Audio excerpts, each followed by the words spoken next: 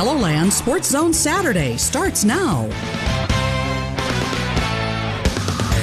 A busy football weekend, and the Sanford International returns to Sioux Falls. Welcome to Sportzone Saturday. I'm Grant Sweeter alongside Anya Joseph. And we've got a full show for you today, so let's take a look at what's slated for the half hour. Well, first we preview a longtime rivalry as SDSU and Augustana cross paths on the football field for the 61st time. Then we'll hear from USD as they're looking to bounce back from their Wisconsin loss. Later, we check in with the 4 Sioux Falls schools as they gear for the 33rd annual President's Bowl doubleheader. And finally, the Sanford International is in full swing. We hear from a Sioux Falls native who takes part and more. Well, it may not feel like a long-time rivalry since the two schools haven't played in 20 years. But on Saturday, today, SDSU and Augustana will meet on the gridiron for the 61st time. SDSU and Augie used to be quite familiar with each other, but the Jackrabbits jump to FCS has put the matchups on hold since 2004. However, a schedule change offered the possibility of a rematch, and both teams are eager for the chance to play an in-state opponent. They're a really great program. You know, they recruit well. Coach Rogers and his staff do a great job of putting their kids in a position to be successful, and they are who they are, and they've imposed their will on a lot of people. I know that they're going to come into this stadium and be excited and have a competitive spirit to them, and so it's going to take our best to get ready to compete. SDSU boasts one of the top quarterbacks in the country in standout senior Mark Gronowski. On the other side of the field, Augustana is splitting time between Thomas Skolton and Gunnar Hensley. They push each other to be better, and you know, when that decision needs to be made, that decision will be made, but right now the decision is made. They're both playing. When they're both pretty even and you don't change systematically, it doesn't change a ton. It's just seeing what are their strengths more than anything else. Around 19,000 fans are expected to fill the stands at Dana J. Dykehouse Stadium on Saturday, bringing an electric atmosphere to another chapter of SDSU versus Augustana. Anytime you can play in front of that large of a crowd, it creates a natural rush that's really hard to explain unless you lived it. What a great experience for these kids to go in and play in a premier facility against a premier football team. With that said, there's 100 yards and 2 goalposts everywhere we play, so it isn't about that. It's going to be about how well do we execute. Now SDSU and Augustana kick off today at 6 p.m. in Brookings. USD is looking to get back in the win column as they hit the road for Hillsboro, Oregon to play Portland State. The Coyotes are coming off a 2-score loss to Wisconsin. Well, now the Portland State Vikings are 0-2 this season with losses to Washington State and Weber State by a combined score of 113-46. Despite the early struggles for Portland State, Coach Bob Nielsen knows the Vikings will present challenges. Dual threat quarterback, a little different type of offense than we faced the first 2 weeks, and then a very, very aggressive, inexperienced defensive football team. USD and Portland State will meet today. Kickoff set for 3 p.m. Central Time. All 4 Sioux Falls high schools will be featured in the 33rd annual President's Bowl for 2 in-city rival games. We preview the anticipated event. 4th-ranked Jefferson is 2-0 on the season after collecting wins over Watertown and Roosevelt. The Cavs have scored 79 points while holding their opponents to a single touchdown. Jefferson feels its experience has contributed to the strong start to the season. Quarterback is back from last year. Ethan Swenson's playing at a really high level. We're able to run the ball effectively. We weren't able to do that last year. We're taking care of the football much better than we did last year. And if you do those 2 things, usually good things happen. The Cavaliers will meet Washington, who is 0-2, after suffering losses to a pair of top-ranked teams in Brandon Valley and Harrisburg. We need to be able to stop the run. We need to be able to cause some turnovers and put Jefferson in uncomfortable positions. First down is going to be really important. If we can win first down and make that second down something they're not used to, then we feel like we're in a good spot. The nightcap pits number 2 Lincoln against Roosevelt. The Patriots are 2-0, outscoring their opponents 91-26. Even though they have some new names and faces. Any Metro team can beat any others. on any given Friday night or Saturday night in this case. And so we have to be ready to go. They have some quality athletes over there that we have to worry about, and we're going to give it our due diligence and come out ready to play on Saturday. The Rough Riders fell to Jefferson in week 2, 41-7, but they're hoping to learn from their mistakes. My biggest message to the kids after that game is that, hey, who we are in week 2 does not define us as a football team for this season. And we have to take this day by day and practice and game by game and make sure that we're stacking bricks. And if that's the case, we'll be there in the end. And so that's kind of where we're at. The President's Bowl begins today at 3. Jefferson will meet Washington, followed by Roosevelt and Lincoln at 6 p.m. Well, a Sioux Falls native is playing in this weekend's Sanford International. We're going to hear from Ryan Janza when we come back. The Sanford International began on Friday, and for a second straight season, local golfer Ryan Janza is playing in the field. KELOLAND's Ian Sachs spoke with him about this year's approach and how it'll be different from last year. Janza finished even par last September in the Sanford International and carded 2 rounds below par. Now, 12 months later, the Sioux Falls native is preparing for an even better showing. Last year I was nervous. This year I'm looking to perform at a higher level, and I've been sharpening the blades pretty good here the last 6 days. So I'm excited. We'll see what we get out of it. Obviously nerves are a big part of it, but I'm just gonna look at a lot of faces in the crowd. Last year I think I was pretty much just blinders on, but this year I'm gonna recognize some people, and I'm gonna have a great time. I can't wait. While he feels a sense of a home course advantage by being the only local in the field, the 51-year-old acknowledges the stiff competition he faces. As much as the hometown advantage I get, I'm also about 35 years of professional golf behind the curve with these other guys. So I take that into consideration as well. I'm a banker, I sell mortgages. After battling through some mental struggles in the days and weeks leading up to the tournament, Janza reset to fully appreciate the blessing ahead of him and is now all set to play his best golf against some of the best golfers in the world on the PGA Tour Champions. It probably just comes from an overall gratitude. I think every day I woke up and I was struggling, mentally with putting too much pressure on myself. I was very results oriented versus, kind of just, enjoying the experience. I mean, not very many people get to do this, and I'm very, very blessed to be able to do it. In Sioux Falls, Ian Sachs, KELOLAND Sports. Our dry stretch of late summer weather has been a challenge to homeowners, naturing their parched lawns. But the grounds crew at Minnehaha Country Club has also been working hard to see that the golf course is ready for the Sanford International. As KELOLAND's Perry Groten found out, both the players and the staff are saying no rain, no problem. The top golfer on the PGA Tour Champions is heaping praise on how well the golf course is playing at Minnehaha Country Club. It's in absolute fabulous condition. The turf is great. Fairways are absolutely immaculate.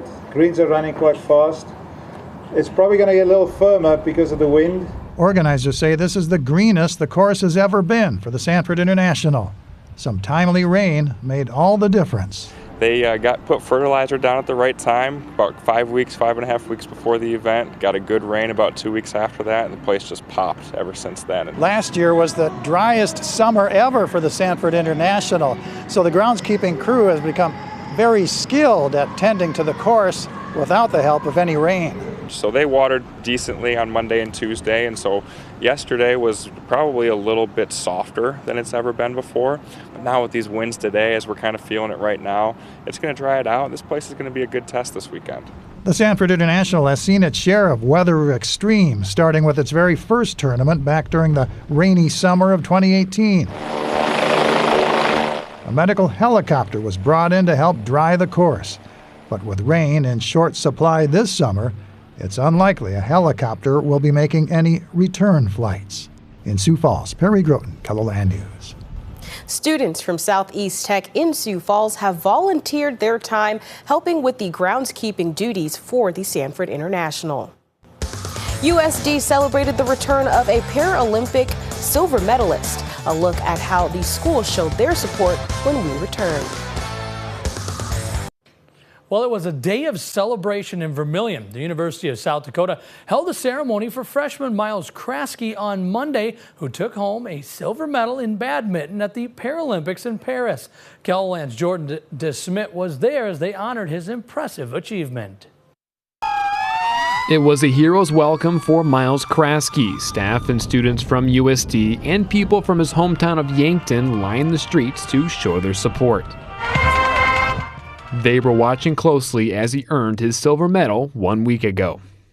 I got goosebumps, tears, I got choked up, I was shouting. I'm just very proud of him. Then people packed the Munster University Center to continue the celebration. But Miles, I have to tell you, I heard you skip the first week of classes. So I suppose earning a silver medal is a good enough excuse for that. This achievement is not just a testament to talent, but to years of dedication, discipline, and sacrifice. Winning a medal on the world's greatest court is no easy task. It takes grit, resilience, and an unwavering commitment to excellence.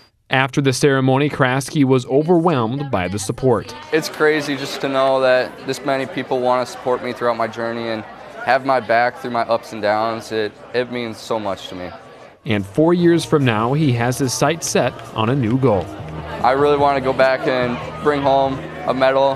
Hopefully a gold medal. That's what I'm shooting for. But goal is LA 28, Brisbane 32, and then if my body keeps up, hopefully wherever the 2036 games are. In Vermilion, Jordan DeSmit, KELOLAND News. Well, Kraske and his doubles partner won the first ever badminton medal in United States Olympic and Paralympic history. Well, a trip to Fenway Park soon turned into another adventure for a local father and son. We'll have that story up next. A father and son from Sioux Falls recently did something special. They visited every single Major League Baseball park in the country together. KELOLAND's Tom Hansen shares their experiences and how the adventure of a lifetime got started. Richard Kirkner is a baseball fan. His love of the game started as a kid growing up on a farm near Canastota. When I was a kid, it was one of the few things we had to do. It's a passion he's passed on to his sons. Mom and Dad would always take me and my brother to Twins games in the Metrodome. I remember going to the old Met Stadium with them when I was really little. Decades later, Eric Kirkner and his dad can say they've done something very special. They've been to games in all 30 Major League Baseball parks. My brother was watching the game in Phoenix and saw us on TV. A goal that started 10 years ago. Eric travels a lot for his job and was on the East Coast.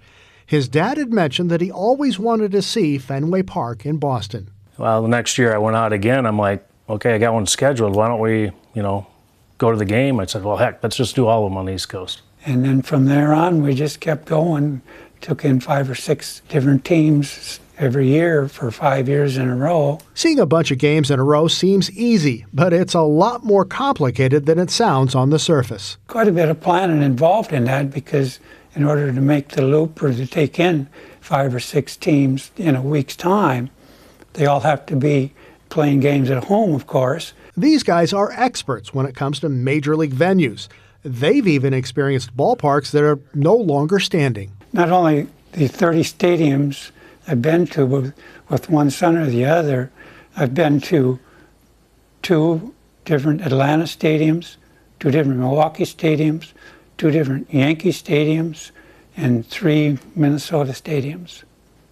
So we've been to a few games.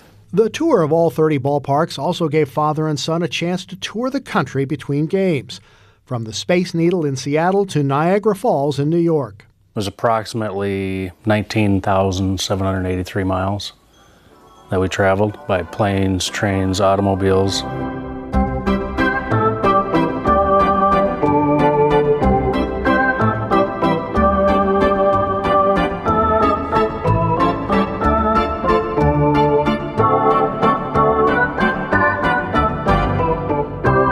At their 30th and final ballpark in Seattle, Richard's grandson arranged to have their names plastered on the scoreboard, congratulating them for watching a game at every Major League Baseball stadium. He wanted to make it a surprise, but it didn't quite work out that way. And he said, I didn't want you to miss it by going up and going to the bathroom or whatever. So I figured I better tell you, you're at the 5th inning, your names are going to be on the scoreboard. That was just awesome. It was just very emotional, I guess, because it was something that Dad and I had done together. Richard says a friend asked him what it cost to visit all the stadiums. He says he told him it doesn't matter because the experience was priceless. It was amazing. It was something I'll never forget. You can't replace memories like that. Can't say enough about him. I just love the time that we've had together. Eric is now on a quest with his own sons to see games at all 30 Major League ballparks, a family tradition born out of Richard's love for the game. Richard says he looks forward to going to more games with his grandsons. You might think he would be a Minnesota Twins fan, but the Twins weren't even in Minnesota yet when Richard was a kid on the family farm. So he listened to the San Francisco Giants games on the radio and has been a diehard fan ever since. Oh, there's a very cool story. But sticking with baseball, the 2024 Sioux Falls Little League All-Star team will go down in history. Despite some challenges, the team clawed their way to the Little League World Series. KELOLAND's Jordan DeSmit caught up with the team as they reflect on their unforgettable experience in Williamsport, Pennsylvania. It didn't take long before this year's Sioux Falls Little League All-Star team realized they had a special group. Right after our first week of practice, we had great practices and we had all the positions filled that we needed, so I knew we were going to be good after that week of practice. As they began their push to Williamsport, they breezed through the district tournament, but they faced some challenges at state. The state tournament was interesting. We lost our first game and had some adversity to start with. Thankfully, it's a double elimination tournament. We blew a lead in the 6th inning, but our boys were resilient, responded exactly how we wanted them to, and came back, played well in the remaining games. After earning a state championship, they advanced to the regionals where their backs were against the wall once again. When we lost to Webb City in the regional, we spent a lot of time talking about this is a place we've been, and we just get to play extra baseball. Then they won 2 straight to clinch a spot in the Little League World Series. It was insane. We couldn't believe it. I mean, it's a dream come true, and we just were so excited and so ready. We won late at night, and then we were left at 7 in the morning. So we had a short hour or so to celebrate with the team and the families back at the hotel, but then all of a sudden it was logistics. Once they figured out those, the team had a once-in-a-lifetime experience in Williamsport. I'd say for me the parade was the most overwhelming part of the whole process. It certainly exceeded expectations. They estimate 40,000 people were at this parade. It was crazy. People throwing balls at us since we were MLB players, like we were famous. The MLB also hosted a major league game in Williamsport during the tournament, where the team got to see what it was like to be a big leaguer. It was super cool to hear their stories and how they made it to the big leagues and what their journey was. They're just normal people. They're not just insane. They just still act the same way as anyone else. But what might have been the most unique part of their trip was interacting with players from around the country and world. It was super cool meeting all the international people and using Google Translate, and that definitely helped a lot, and it was super fun. That's what's cool is these kids were just fearless of going and making new friends and meeting people from all over the world and not letting a language barrier deter them. Sioux Falls Little League lost their first 2 games, eliminating them from the tournament. We were there to win, and I think we showed that we can play with anybody. We gave that Florida team one heck of a ball game. And they went on to win the U.S. sides. Although it did not end the way they wanted it to, the team has a lot to be proud of. Yeah, it was sad, but you got to remember that we made it there, and that was the main goal. We played phenomenal baseball, came up on the wrong end of it, but we've got memories, friendships, and bonds that will last us for a lifetime. Now, the team from Florida that eliminated Sioux Falls in the first round ended up winning the entire tournament. We'll be right back. The KELOLAND Sportzone returned Friday with a host of teams in action, and here's a look at a few games. Well, there were many teams in 11A playing, including top-ranked Sioux Falls Christian against Lennox in the first quarter. Sioux Falls Christian punts. It's Lennox's Tate Gertis on the return, and he's going to find some space down the near sideline, and that gives the Orioles great field position. And not too long after, they're going to take advantage of that good field position. Boston Katzer hands off to Gertis, who walks into the end zone for the 1-yard touchdown, add the conversion, and the Orioles lead 8-0. On the ensuing drive, the Chargers get the offense moving. Braden Whitty is going to take the rock, make a couple defenders miss, and then he's going to rumble down the sideline. That's a big run coming for Sioux Falls Christian, getting them inside the 20-yard line. But then the Lennox defense would come up with a big play. Lincoln Prinz back to pass, but it goes through the receiver's hands, and it's intercepted by a diving Gertis. Lennox led by 8 at halftime, but a strong second half helped Sioux Falls Christian score 19 unanswered to claim a 19-8 win over Lennox. The game of the week featured a ranked battle in 11B as Winter collided with Elk Point Jefferson. Opening minute of the second quarter, Warriors driving. Eli Vober takes it on the quarterback keeper and picks up 20 yards and getting all the way down to the 1. Well, that set up Zach Olson as he's going to take the handoff here, and he's in for the first score of the game. Conversion was no good, but it's 6-0 Winter leading. Later in the quarter now, Vober looks to pass. He's going to find a wide open Carson Keyser down the seam. That's a touchdown, and the Warriors lead 12-0 at the half. Then in the third, Vober keeps it, gets to the edge, and then is going to reach for the pylon, and he's in again. The top-ranked team has opened up an 18-point lead. In the fourth, EPJ finally gets on the board. Keaton Gale slings it out to Ashton Fairbanks, who reels it in. That closed the gap to 10, but that's as close as it would get. Winner takes the state semifinal rematch, 18-8 over Elk Point Jefferson. Well, it was a cross-class battle in Alcester where the Cubs met 9AA number 5 Viborg Hurley midway through the first. A bad snap scooped up Brady Schroedermeyer. He then rolls right, fires deep, and connects with Jake Austin for the long touchdown. And the Cougars lead. It's 6-0. On the ensuing Cougar drive now, it's Viborg Hurley back with the ball, and it's a bad snap again, but Schroedermeyer is going to still show off here as he adjusts to it and takes off running. He makes a few guys miss, and then he is gone for the touchdown. Viborg Hurley leads 14-0. Now Alcester Hudson would finally get the offense in gear as Tommy Walth is going to launch this one deep downfield and then connect with his receiver. It's Ethan Boville who takes it in for the touchdown. Cubs trail 14-8, but Viborg Hurley would answer 2 minutes later on the fringe of the end zone. They go to Schroedermeyer. He gets some help on the tush push coming up right here. First half touchdown, 20-8 for the Cougars, and this one turned into a shootout. 86 total points. Viborg Hurley wins. You can see more highlights on KELOLAND.com. We'll be right back.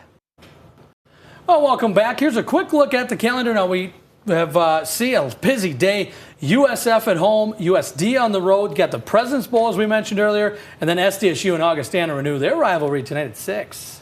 Well, thanks for tuning in into another edition of Sports Zone Saturday. Enjoy the rest of your weekend. We'll see you back here next week.